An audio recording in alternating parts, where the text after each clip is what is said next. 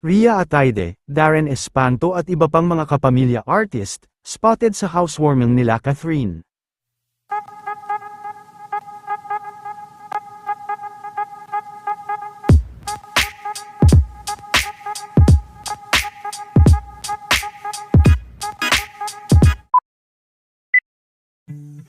Opisyal na nga na ipinasilip ni Miss Catherine Bernardo ang kanilang bagong tahanan at kanilang dream house, matapos ang ilang taon na paggawa dito.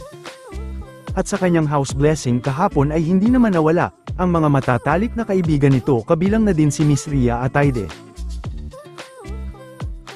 Bukod kay Miss Rhea Atayde ay dumalo din sina Darren Espanto, Maymay Entrata, Chief Phil Omino, Loisa Andalio, Robbie Domingo, Kakay at Alora at ang nalilink dito na si Alden Richards, maging ang mga big bosses na Kapamilya Network ay kabilang din sa mga nagpunta.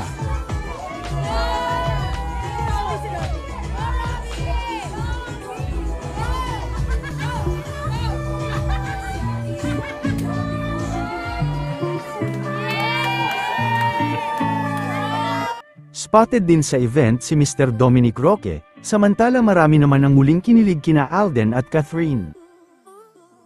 Ayon sa kanila ay nadadalas na umano ang pagsasama ng dalawa.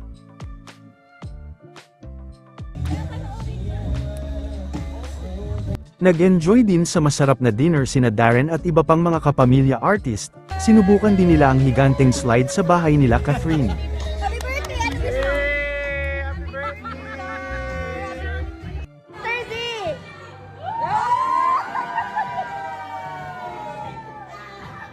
Init na init naman si Robbie Domingo na nagbukas na nga ng kanyang damit.